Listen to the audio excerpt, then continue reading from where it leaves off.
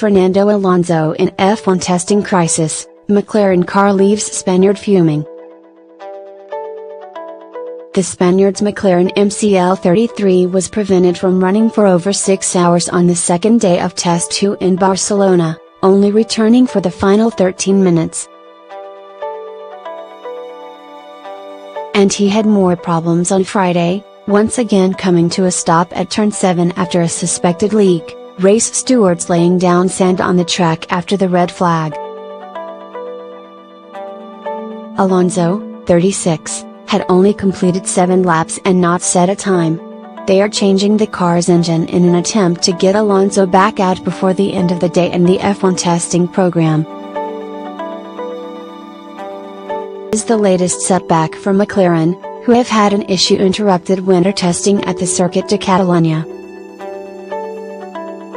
McLaren had completed the least laps of any team by the end of day 7 with 506 and will very likely have the least amount of mileage by the time of the checkered flag at 5 p.m.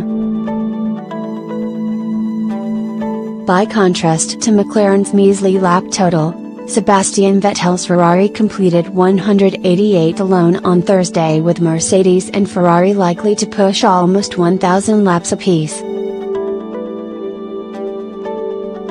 It is a far cry from the 100-lap-a-day target that McLaren set themselves before testing began, having only surpassed that total twice in 8 days. Alonso's frustrations are compounded by the fact that Stoffel Vandoorne did not suffer a single issue on the same day and completed 147 laps.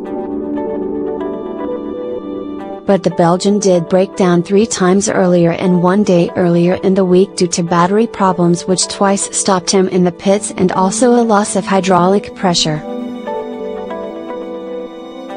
That follows problems in the first test, a loose wheel nut causing Alonso to spin off into a gravel trap before day 2 saw Vandoorne plagued by overheating issues. The problems keep coming for Alonso, who has not managed a single podium for McLaren since joining the Woking team in 2015. His best finish in the Drivers' Championship so far was 10th in 2016, and he claimed a mere 17 points last season, 346 off of world champion Lewis Hamilton.